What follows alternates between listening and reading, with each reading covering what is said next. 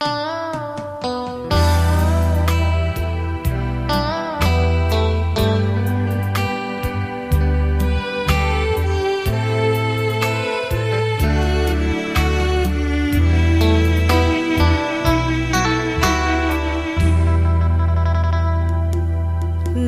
าวอยู่แดนดินทินเพิ่นเมืองเขา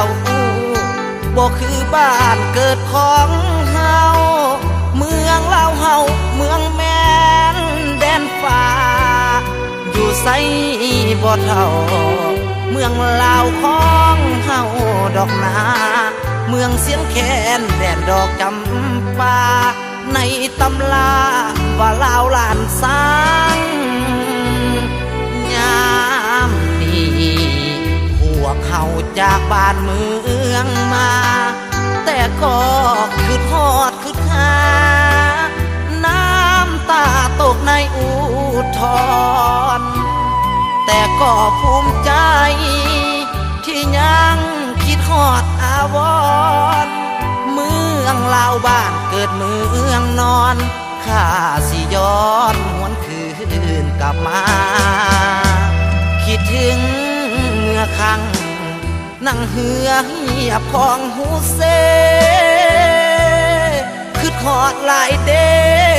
สองแคมเสผู้สาวลงอาบน้ำเพ็ญเดือน12นั่งมองเบิ่งของไหลหลังนั่งแนมแคมของสองฝั่งสร้างความหวังอยู่ในใจตนลมเอ่ยช่วยเอาเสียงจากข้านี้ไปบอกข่าวดีให้ลาวเฮามีความสุขทั่วหน้าวอนลมสวยผ่านบอกจันเส้นสื่อนำหน้าขอลาวอยู่ในโลกาเป็นสุขเถิดนาประชาชนลาว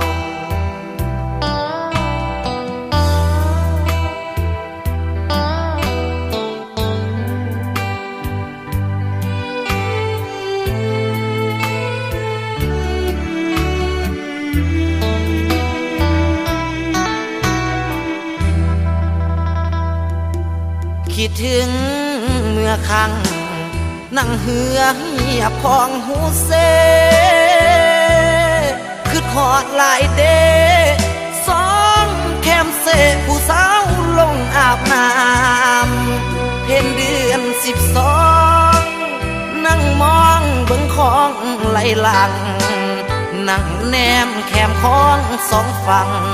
สร้างความหวังอยู่ในใจตนลมเอ่ยช่วยเอาเสียงจากข้านี้ไปบอกข่าวดีให้ลาวเฮามี